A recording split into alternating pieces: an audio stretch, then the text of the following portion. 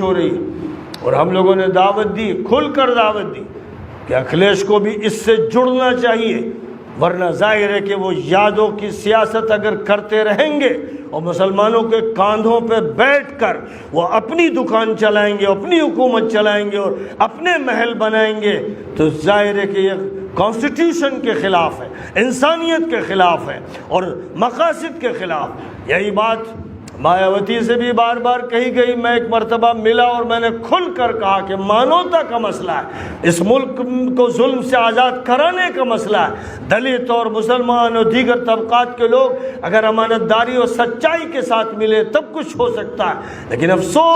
افسوس کہ اس عورت کو دولت کی ہوس نے مار دیا، اور وہ پہلے ٹکٹ دینے کے لیے کروڑوں کی دولت لیتی ہے، اور ظاہر ہے کہ دولت کے مسائل اور اسکینڈل میں الجھ کر پھر اس کو ڈر لگتا ہے کہ اس ملک میں دولت کی چیکنگ کرنے والے ادارے کہیں اس پر چھاپے نہ مار دیں، اس لیے سیاست گھٹی ہوئی، مظلوم اور دبی ہوئی سیاست ہوتی ہے۔ ایسی سیاست سے ملک آزاد نہیں ہوگا۔ اور پھر سب سے بڑی بات یہ ہے کہ جو اللہ کی بندگی کا کلمہ پڑھے گا، جو ایشور کو ایک مانے گا اور جو کسی بنیاد پر اپنی سیاست کو لے کر چلے گا، میں نہیں جانتا کہ وہ کون ہے، اگر وہ بندہ اویسی ہو مثلا، وہ کلمہ پڑھنے والا اور اسلام کی بات کرنے والا ہو اور وہ اس کو مانتا ہو کہ جو کانسٹیٹیوشن میں لکھا ہے اس کے مطابق اس معاہدے کو ملحوظ رکھتے ہوئے کام کرنا ہے، اور ہندو مسلم سکھ عیسائی سب کو بھائی سمجھتے ہوئے اور سب کے لیے انصاف کی جد و جہد کرتے ہوئے کام کرنا ہے، تو مسلمانوں پر لازم ہے کہ وہ اپنا قائد کسی کلمہ گو کو اختیار کریں۔ مسلمانوں کے لیے حرام ہے، حرام کہ جو کلمہ گو نہ ہو، جس کا ایشور سے، اللہ سے، لاٹ سے تعلق نہ ہو، جس کا سر اس اکیلے کے سامنے نہ جھکتا ہو، اور جو پیغمبر کو نہ مانتا ہو اور اس کے راستے پر نہ چلتا ہو، اس کی قیادت کو قبول کرنا ایسے ہی حرام ہے جیسے سور کا گوشت کھانا حرام ہے۔ یہ وہ بات ہے میں جو کھل کے کہہ رہا ہوں۔ اس پر لوگ تبصرے کرتے ہیں، نادان، جاہل، اجڑ، اسلام سے محروم، وہ تبصرے کرتے ہیں کہ اس سے تو ووٹ کٹ جائے گا۔ تو میں کہتا ہوں کس کا کٹے گا؟ اگر تم یہ کہتے ہو کہ مسلمان کا کٹے گا تو مسلمان کا وہ شخص کاٹے گا جو اسلام دشمن ہے، مسلم دشمن ہے، اللہ کا دشمن ہے، نبی کا دشمن ہے۔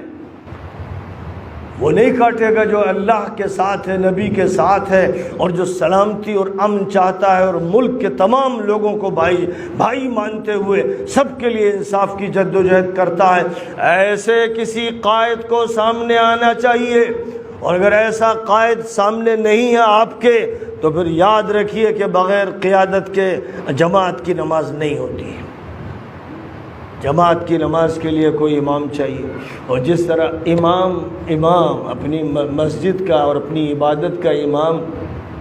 کسی اس شخص کو نہیں بنا سکتے